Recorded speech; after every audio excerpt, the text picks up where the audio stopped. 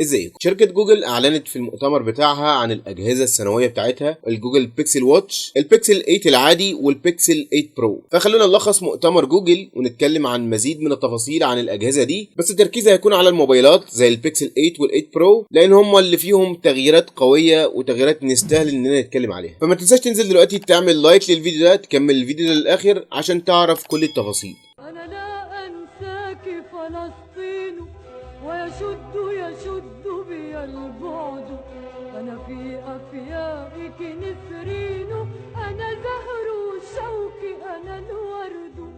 بالنسبه للبيكسل واتش ما اختلفتش كتير عن الجيل اللي قبلها، نفس الشكل نفس التصميم تقريبا، نفس الحواف المايله في الشاشه بزياده اللي بتخليها عرضه اكتر للتجريح والخدوش، وممكن انها تكسر كمان بكل سهوله. نفس الترس او الكراون او التاج الدوار اللي موجود في الجنب اللي شبه الترس اللي موجود في ساعات ابل. الساعه بتجيب شاشه اموليد 1.2 انش بريزوليوشن 450 في 450 بكسل، وده بيديك معدل كثافه بكسلات بتوصل لحد 320 بكسل لكل انش. معدل البرايتنس بيوصل لحد 1000 نتس. بالنسبه للاداء فانت عندك هنا معالج من كوالكوم ال 5100 مع نظام تشغيل وير او اس 4 بالاضافه ل 2 جيجا بايت رام من نوع LPDDR4X، وذاكره تخزين داخليه بتوصل لحد 32 جيجا. طبعا تقدر تنزل جميع البرامج اللي موجوده على متجر جوجل للساعات الذكيه زي الجوجل مابس والتقويم والحاجات دي. تصميم الساعه هنا من الستال ستيل. المفروض على حسب كلام جوجل ان الساعه بتقعد معاك استخدام متواصل بتوصل لحد 24 ساعه، زي مستشعر مراقبه معدل تشبع الدم بالاكسجين، مراقبه معدل ضربات القلب واستقرارها، مع كمان مستشعر لقياس درجه حراره الجسم عن طريق درجه حراره الجلد، مستشعر قياس معدل تشبع الدم بالاكسجين، معدلات نومك المختلفه خلال اليوم، كمان في امكانيه لقياس معدل الاسترس او الضغط. الساعه بتيجي مع بلوتوث 5.0 وبتدعم كمان NFC وخدمات دفع جوجل باي. تقدر تربط الكروت الائتمانيه بتاعتك عن طريق الساعه وتدفع عن طريق الدفع اللا تلامسي. الساعه بتيجي مع بطاريه بسعه 306 ملي امبير مع شحن لاسلكي بيشحن البطاريه 80% في 45 دقيقه. سعر الساعه دي لنسخه البلوتوث هو $350 و$400 لنسخه LTE او نسخه الشريحه الالكترونيه.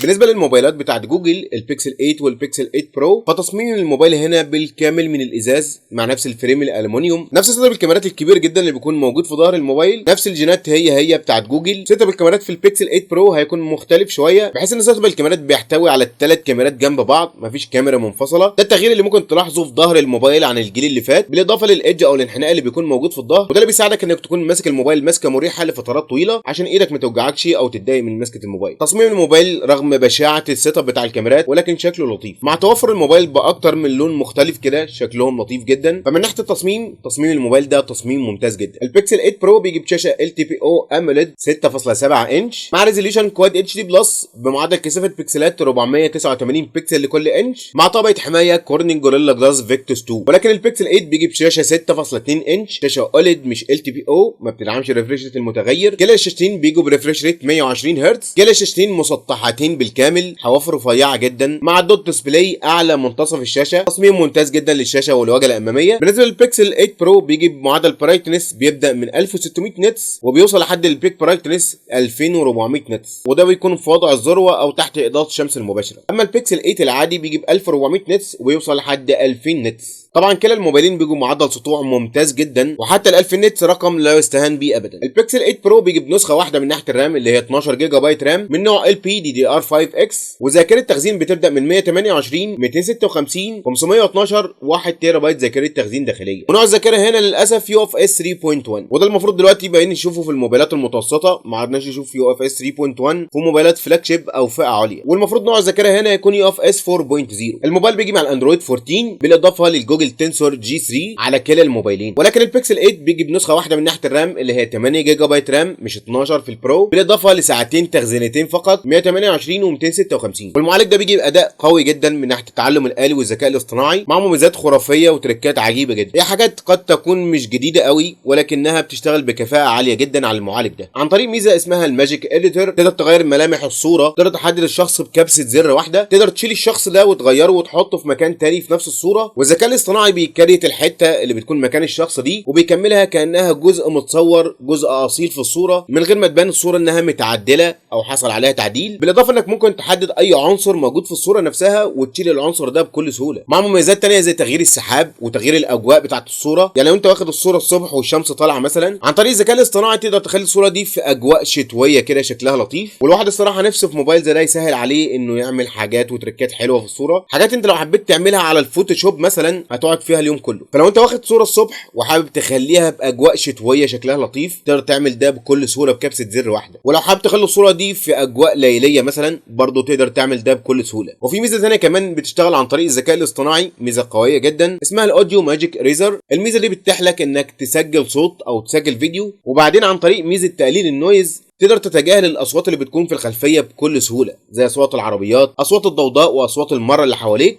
عن طريق الميزه دي تقدر تشيل الصوت او تفلتر الصوت، نفس الفكره بتاعت الماجيك اديتور اللي بتشيل عنصر معين من الصوره. فتقدر عن طريق ميزه الاوديو ماجيك ريزر انك تشيل الاصوات المزعجه والضوضاء اللي موجوده في الخلفيه، بالاضافه لميزه اللايف ترانسليت اللي تقدر من خلالها تترجم 49 لغه مختلفه للغه المفضله بالنسبه لك، بالاضافه لقراءه نص الصفحات الويب، او ان النظام يعمل لك ملخص سواء كان مقروء او مسموع للصفحه اللي انت فاتحها دلوقتي، او الصفحه اللي مورد عمل لها تلخيص او عمل لها قراءه مسموعه. فتقدر بكل بساطه تسمع النص الموجود في الصفحات دي بكل سهوله من غير ما تقعد تمقع عينيك في كل حرف وتقعد تشوف وتقرا. فالميزه دي هتكون ميزه قويه جدا، وسلام لو كان في ترجمه من اللغات دي للغات مختلفه هتكون ميزه قويه جدا. لو اشتريت البيكسل 8 او البيكسل 8 برو هتحصل على 6 شهور مجانا من الجوجل وان بريميوم، مع اشتراك 3 شهور في اليوتيوب بريميوم، ولكن ده بيكون للمشتركين الجدد بس، مع كمان خدمه 6 شهور للفيتبيت بريميوم للمشتركين الجدد والعائدين. يعني ما يهمش ان كنت مشترك لسه في الميزه دي او كنت مشترك قبل كده، ولكن اشتراك الجوجل وان واشتراك اليوتيوب بريميوم بيشترطوا انك تكون لسه مسجل جديد. الموبايل بيحذرك من اجواء الطقس الغير مستقره، لو كان في عاصفه او اعصار قريب الموبايل بيحذرك وبيعرفك ان المكان اللي انت فيه ده خطر، وبيقول لك تبعد عن المكان ده عشان ما يحصلكش اي مشكله.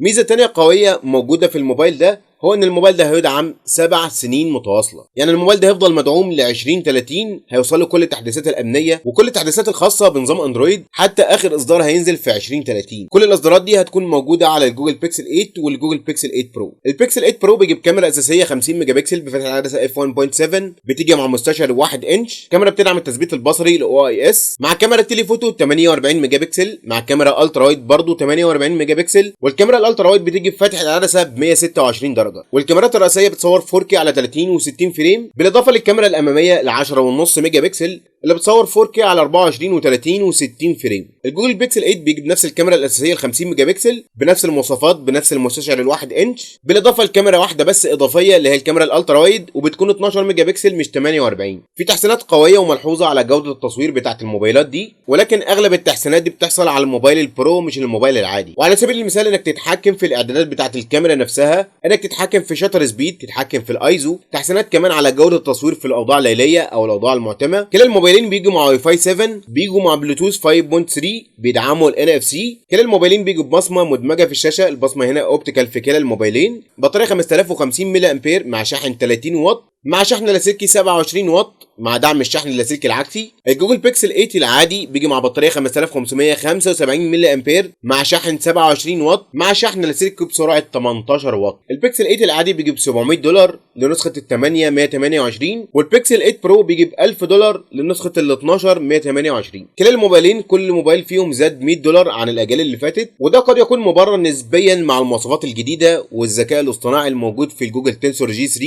اي نعم المميزات دي قد تكون مش مهمه لبعض الناس، ولكن دي واحده من المميزات اللي بتميز البيكسل وبتخليه واحد من اقوى الموبايلات الاندرويد، واللي من خلاله شركه جوجل بتحاول تقول انها ممكن تعمل موبايل اندرويد ينافس اجدع موبايل من غير ما يكون فيه اي مشكله او من غير ما يكون بيلاج او بيقطع او بتحصل فيه مشاكل. موبايل مستقر، اي نعم ما بيديكش اداء قوي في الالعاب الثقيله مثلا، ولكن بيكون اذكى موبايل موجود في موبايلات اندرويد، بيديك مميزات قويه خاصه بالذكاء الاصطناعي والاي اي مش ممكن تلاقيها على اي موبايل تاني. طبعا شركه جوجل مش مهتمه اصلا بالاسواق العربيه، واكيد طبعا مش موجوده عندنا في مصر، بقول لك مش موجوده في الدول العربيه، فاكيد يعني مش موجوده في مصر. فالموبايل طبعا اكيد لما ينزل سعره هيكون مرتفع جدا عندنا في الاسواق العربيه وفي مصر تحديدا. ولو انت عملت بري اوردر من اول الناس اللي حجزت فتقدر تحصل على جوجل بيكسل واتش هديه كمان مع البري اوردر. قولوا لي رايكم تحت في الكومنتس بخصوص المميزات اللي بيجي بيها الموبايل ده. هل انت شايف ان مميزات زي الذكاء الاصطناعي تستعيد عن الاداء القوي في البرفورمانس بتاع المعالج طبعا اداؤه قوي جدا، ولكن بالنسبه للمعالجات الثانيه بيفتقر للاداء القوي اللي ينافس بيه المعالجات القويه، وان يديك بيديك اداء متفوق مقارنه بالمعالجات التانية في الالعاب التقيله، ولكن بيتميز بالذكاء الاصطناعي والاي اي والتعلم الالي، وده اللي بدوره بيديك اداء اذكى مش اداء اقوى ابدا. يعني الموبايل ده بيستخدم تفتيح المخ مش العضلات. فقولوا لي رايكم تحت في الكومنتس بخصوص النقطه دي تحديدا، هل مميزات زي الذكاء الاصطناعي والتعلم الالي تستعيد عن الاداء القوي في الالعاب التقيله؟ هستنى كل الاراء بتاعتكم تحت في الكومنتات، وما تنسوش تقولوا لي ارائكم بخصوص الاجهزه التانية، وايه اكتر جهاز عجبك وايه اكتر حاجه عجبتك في الجهاز ده. هستنى كل الاراء بتاعتكم تحت في الكومنتات. وبس كده،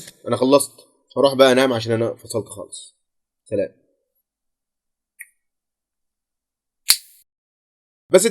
بس التركيز هيكون على التغيير الحقيقي هو في شكل نفس الكراون او التاج الدوار اللي موجود في الجنب ده اللي شبه في ميزه ثانيه كمان بتشتغل عن طريق الذكاء الاصطناعي اسمها الاوديو. الموبايل كمان بيحذرك من